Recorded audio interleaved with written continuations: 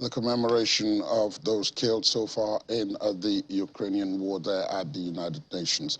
Let's talk now to former Permanent Secretary, Ministry of Foreign Affairs, Ambassador Joe Keshi, who joins us virtually. Good morning, Your Excellency. Thank you for your time. Welcome to the program. Thank you. Good morning. Thank you for having me. Is President Volodymyr Zelensky's request wishful thinking, asking for the United Nations to expel Russia? Not really. One can think that this is so, knowing fully well that the West and most nations of the world, believing that the West and most nations of the world will not go so far. If you look at the situation that the Ukrainians today find themselves, they are not getting all the right type of arms and ammunition, weapons that they need to fight off the Russian invaders, and simply because the major powers, the rest of the major powers, do not want to disgrace Russia as it is. So I really do not see them going to the United Nations and ordering and deciding on the expulsion of Russia from the United Nations. In any case, the expulsion of Russia from the United Nations will not change the Russian attitude or what they want to achieve in the war, simply because Russia has not been confronted by the rest of the world. And Ukraine has been left to fight its own battle alone, regrettably. Let me bring you to the NATO summit itself, which is about now on the way. And there were so many people who said, well, it was likely to be a drama of sorts. But it's proving now that maybe some of what was anticipated as a drama is not going to really happen. Turkey has gone back and reviewed its stance on the membership of Sweden and Finland, so their accession path can continue. But as you pointed out in your answer to the last question, the Western powers are trying to avoid an escalation of the war with Ukraine, and principally that means them getting directly involved. If that doesn't happen, and if they're trying to avoid that, then of what use is arming Ukraine, because Ukraine obviously is not able to fight by itself? That's an interesting question. I mean, you are implying that the Ukrainians should just allow Russia to take over their territory. No, at least let them fight as much as they can to their honor, you know, that they did the best they could to defend their country. But for me, the world generally, you know, has failed them or is failing them. Look, when you look at the reasons for this whole crisis, beginning from the Russian claim that NATO has expanded, too close to its territory. Today, NATO is by far closer than it was before the start of the crisis itself. So the Ukrainians have the rights. It is a right of every country to fight to defend their territorial integrity. The point is that having come thus far, look at the massive destruction of lives and property. Look at the hits of the shopping mall or center yesterday. Shopping malls, hospitals, schools, and not military targets. Look at the destruction, almost the total destruction of Ukraine. And the rest of NATO, the rest of the world is just waiting and promising,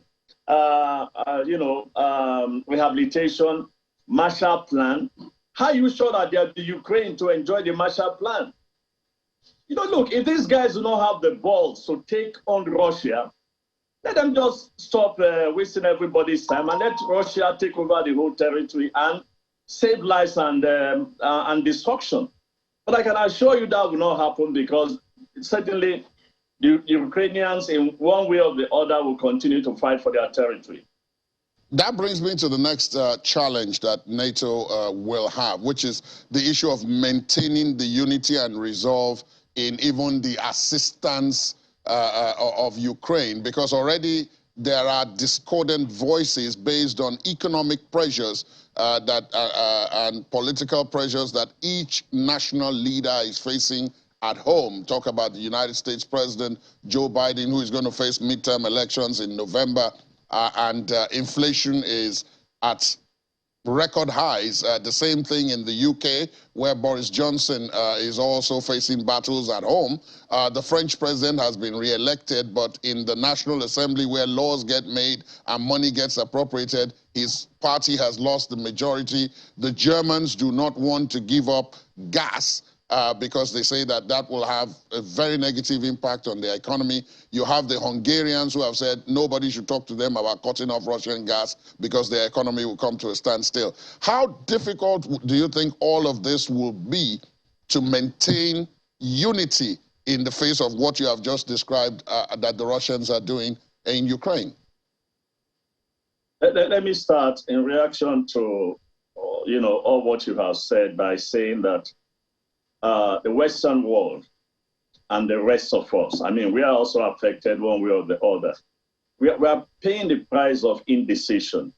We are paying the price of not recognizing that as long as this war goes on, everybody and every country is going to suffer one way or the other, except, of course, countries like China or India and one or two other places that are taking the advantage to get low supply of, to get oil at a discounted price from the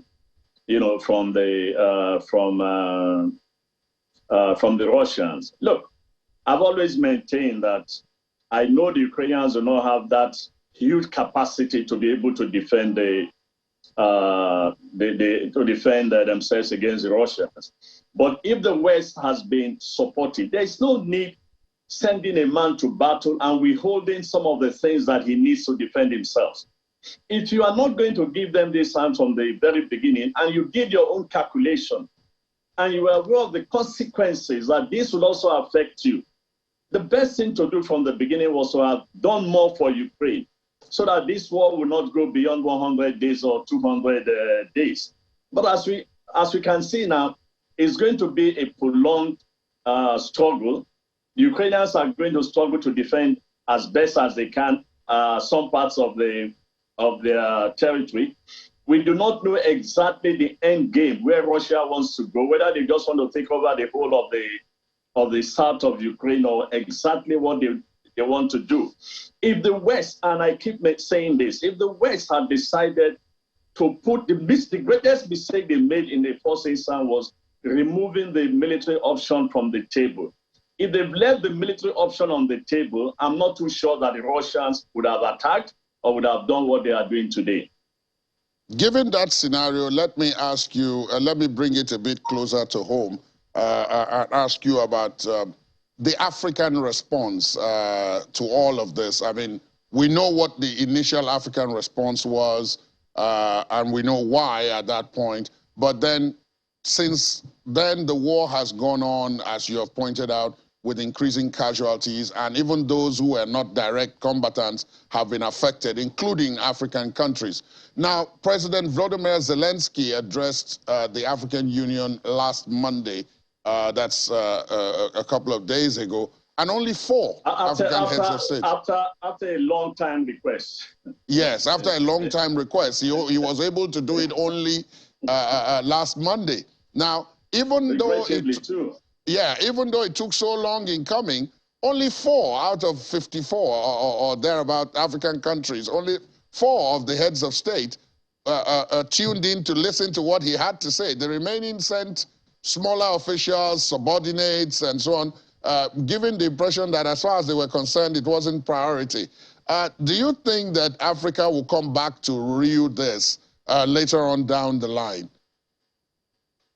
Look, time will tell. Time will tell. Because already, I don't know whether you listen to,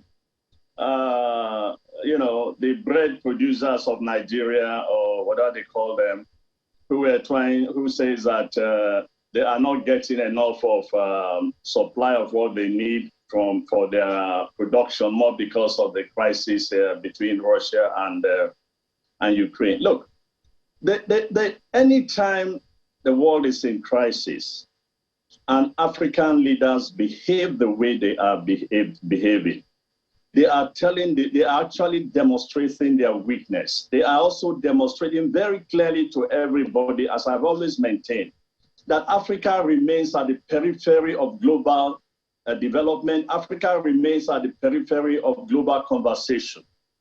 You know, and look, we are not as weak as we appear. It's just this whole question that I keep making all the time, that we appear that because we are so dependent on the rest of the world, we are so dependent either on the West, we are so dependent on Russia, we are so dependent on China.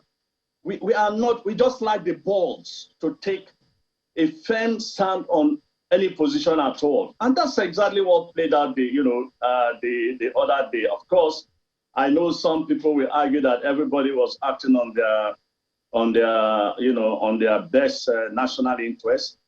But as we have discovered, the world is becoming a global village.